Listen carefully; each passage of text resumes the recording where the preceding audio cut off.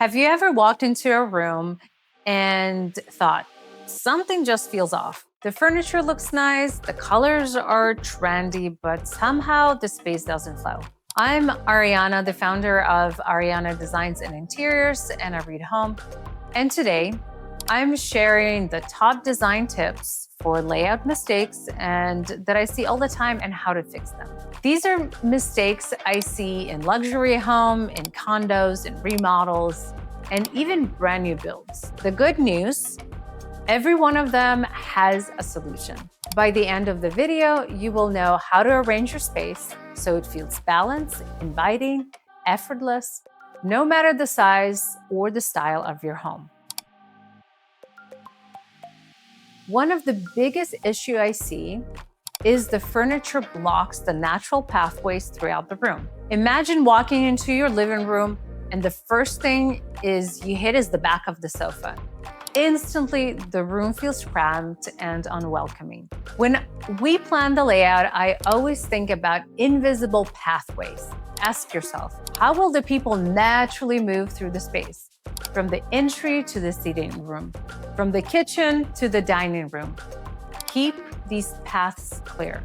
Here's an example. I worked with a family in Kirkland who had a gorgeous sectional, but it completely cut off the view for the fireplace and blocked the access to the patio doors. We shifted it forward about 2 feet, creating a clear path, and suddenly the whole room feels open and intentional. Small changes can completely change the energy of your space. Rugs that are too small or floating under the coffee table. A rug frames your entire layout. If it's too small, the whole room feels disconnected, like furniture is just floating.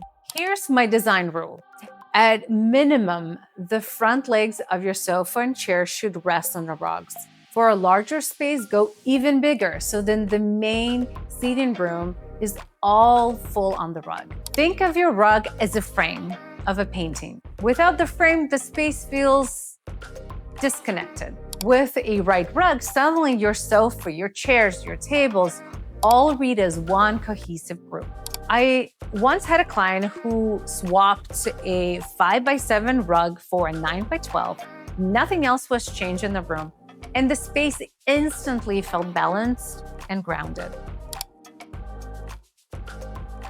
Too many furniture pieces crammed in one space. Clients often tell me, we want more seating, we want more tables, we want more storage. But when you overfill a room, it actually loses the functionality because there's no breathing room. Less is more. Choose fewer, larger scale pieces that make a statement. Leave negative space. It's just as important as the furniture itself. Negative space lets the eye rest and makes the pieces that you do have stand out. A power couple I work with in Bellevue had 3 small sofas, 4 chairs, and 2 coffee tables, all in one room. What we did is we edited it down by selecting a scaled sectional, 2 beautiful accent chairs, and a single table. The room instantly transformed.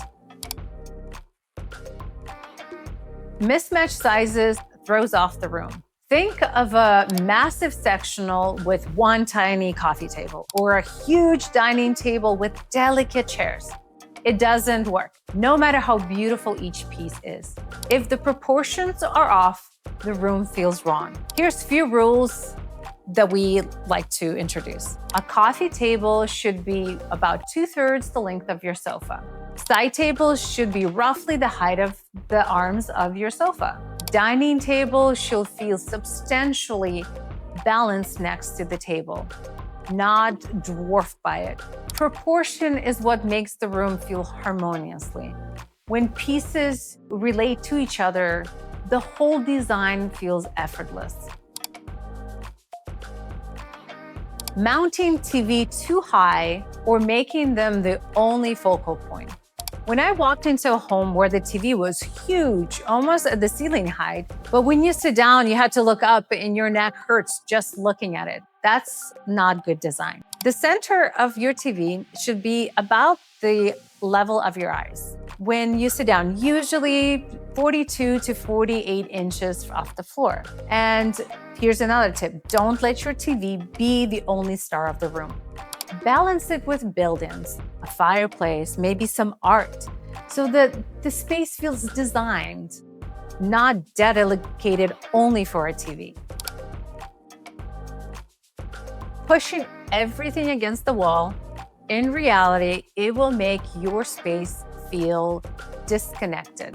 So here's the solution. You pull all the furniture inward, creating a conversational zone. Even a small 12-inch gap behind the sofa can make the feel room intimately and also like it's designed. I worked on a home in Medina where the clients had every single piece against the wall. What we did is we floated the sofa, we added 2 gorgeous chairs facing it and anchored it with a gorgeous, gorgeous rug. And suddenly the room felt cozy, where you can actually have a conversation. Relying just on one overhead light, it creates that flat, unflattering light that kills the mood of a space. I always layer lights. And here's some important lights to consider. Ambient, that is your ceiling light. Task, the lamps and sconces, those are great for reading, as well as for any other working space. And accents, those are spotlights, maybe those candles, or even that accent art light. A living room with only one ceiling light could feel very cold, but adding floor lamps and pairing them with a sconce, suddenly the space feels like it glows. Light is what brings the space to life. Designing your space around a Pinterest image instead of your actual lifestyle. And maybe you did fall in love with a beautiful glass table online, but in real life, you have toddlers climbing on it, or you buy that white linen sofa when you have 3 dogs. Functionality has to come first. Start by asking, how do you really use the space? Is it for a family space? Then prioritize by buying washable fabrics and storage. If it's formal, then focus on the aesthetics. When functionality aligns with the layout, design actually works for your lifestyle. When furniture fights with the architecture, the whole room feels off and awkward.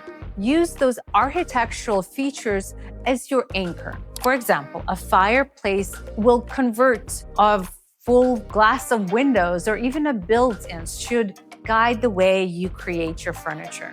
Highlight these features, don't fight them. In recent remodel in Seattle, we created everything around a stone beautiful fireplace, and suddenly the whole room feels cohesive.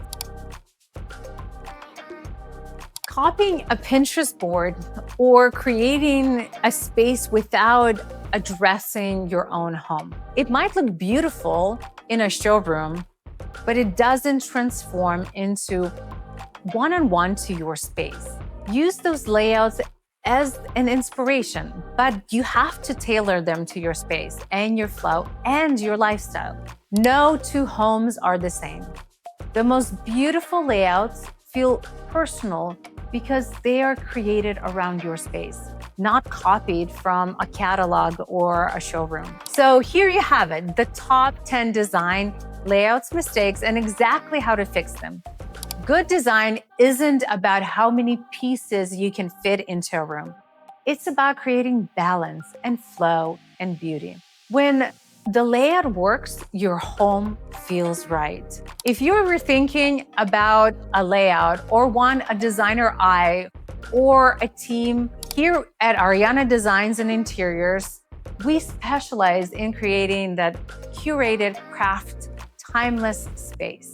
You can schedule a private consultation, explore our collection of furniture online, or simply start your design journey with us. We'll have the links below in the description, so check those out. And again, thanks for watching. If you found this video helpful, hit the subscribe button for more design insight. And I will see you in the next one.